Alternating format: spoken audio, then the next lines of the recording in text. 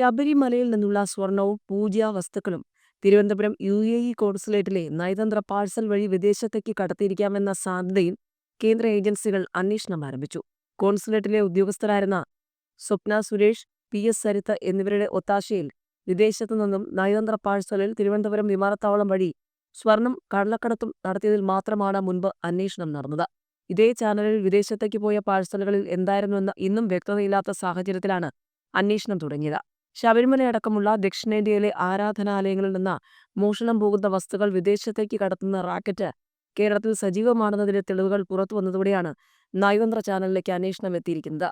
കോൺസുലേറ്റിലെ മുൻ ജീവനക്കാരിൽ നിന്നും വിവരങ്ങൾ ശേഖരിച്ച ഏജൻസികൾ നയതന്ത്ര പാഴ്സൽ സ്വർണ്ണക്കടത്തിലെ അന്വേഷണ റിപ്പോർട്ടുകളും പരിശോധിക്കുന്നുണ്ട്. കേന്ദ്ര രഹസ്യാന്വേഷണ ഏജൻസികളും സാമ്പത്തിക കുറ്റാന്വേഷണ ഏജൻസികളുടെ എൻഫോഴ്സ്മെന്റ് പ്രിവന്റീവ് വിഭാഗങ്ങളുമാണ് പ്രാഥമിക വിവരശേഖരണം നടത്തുന്നത്. തെളിവുകൾ ലഭിച്ചാൽ ED കേസ് രജിസ്റ്റർ ചെയ്യും. സെക്രട്ടേറിയറ്റിലെ അർഹതയില്ലാത്ത പല ജീവനക്കാർക്കും നയതന്ത്ര തിരിച്ചറിയൽ കാർഡുകൾ ലഭിച്ചതായും അവർ കോൺസുലേറ്റിൽ യഥേഷ്ടം കയറിയിറങ്ങി പാഴ്സലുകൾ അയച്ചതായും നയതന്ത്ര സ്വർണ്ണക്കടത്തിലെ അന്വേഷണത്തിൽ കേന്ദ്ര ഏജൻസികൾ കണ്ടെത്തിയിരുന്നു. അന്നത്തെ സംസ്ഥാന പ്രോട്ടോകോൾ ഓഫീസർ D. സുനിൽകുമാർ ഇത് സംബന്ധിച്ച മൊഴി കസ്റ്റംസ് പ്രിവന്റീവ് വിഭാഗത്തിന് നൽകിയിട്ടുണ്ട്.